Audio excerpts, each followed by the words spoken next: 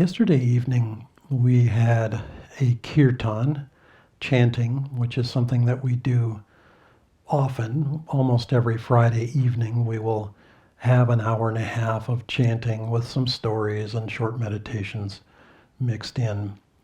And yesterday's Kirtan was on the theme of going within, this being the beginning of autumn in the Northern Hemisphere, and a time when the energy, the planet's energy and the weather and so forth tend to bring us more inward.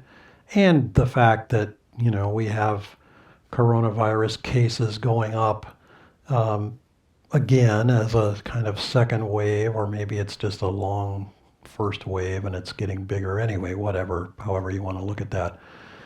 But anyway, the impetus being that it's the beginning of a time when our energy goes inward. And it would in any other year. It just seems rather more so in this year.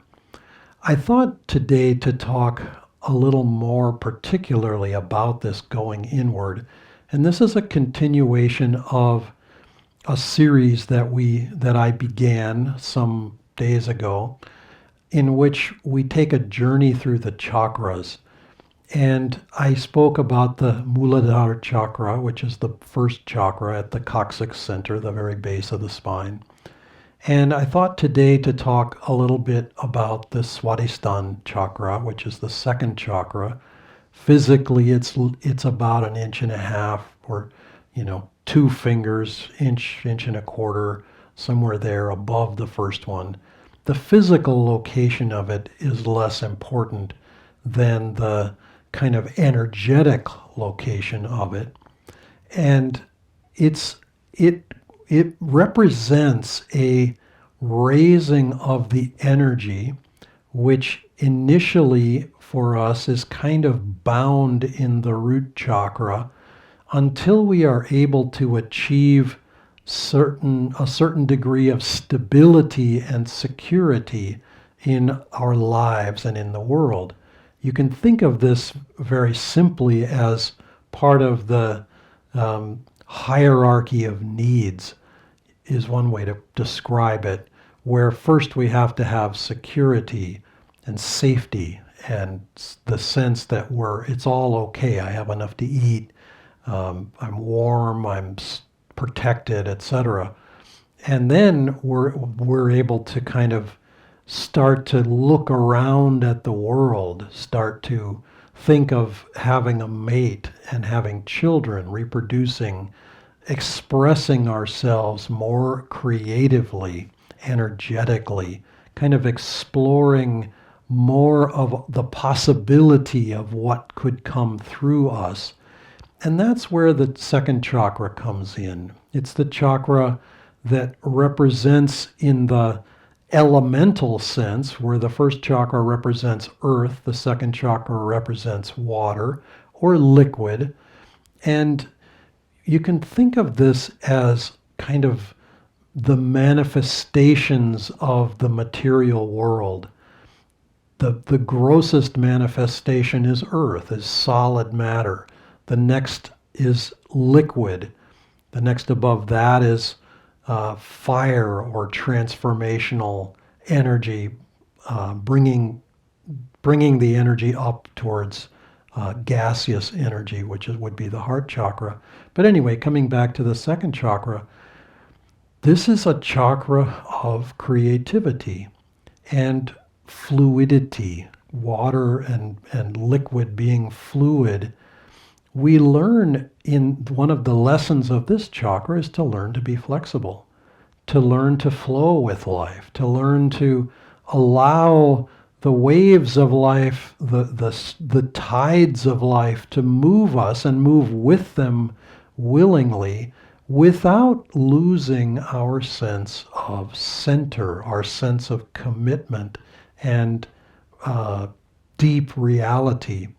You can think of this as a little bit like a palm tree, which is certainly rooted in the ground, but it also has the ability to bend almost all the way flat to the ground in a hurricane or in high wind.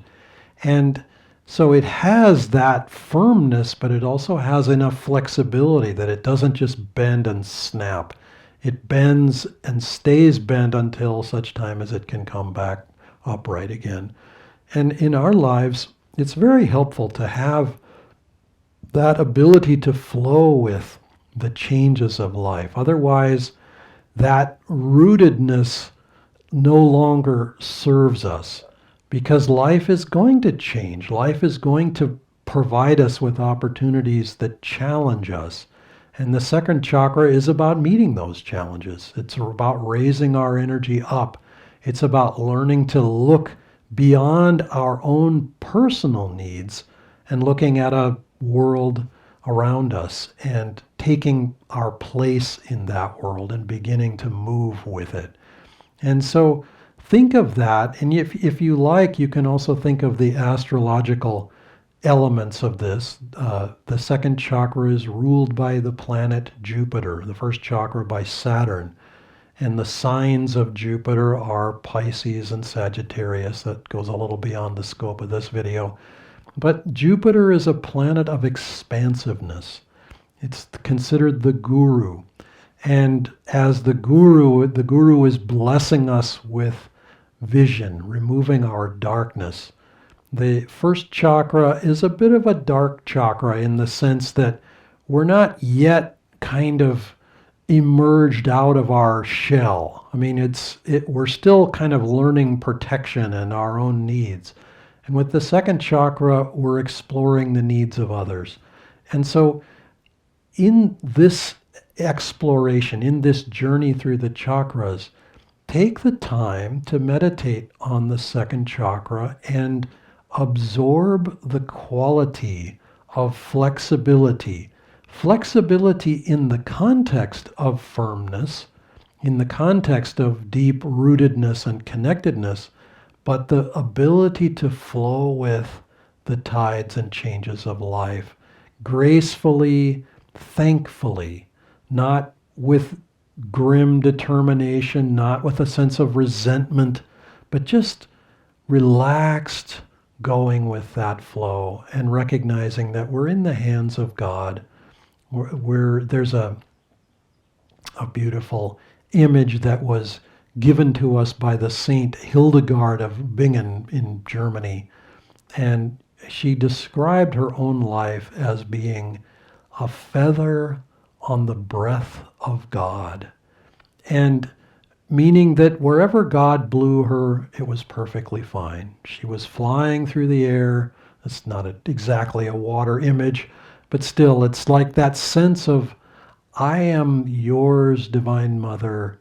You guide my life. I will flow gracefully with the changes that you bring into my life and feel your grace and your blessing in all of it, even the parts that I don't quite understand yet, even the parts that seem challenging or unfamiliar to me. I know that your hand is behind this, and I know your blessings are with me. Namaste.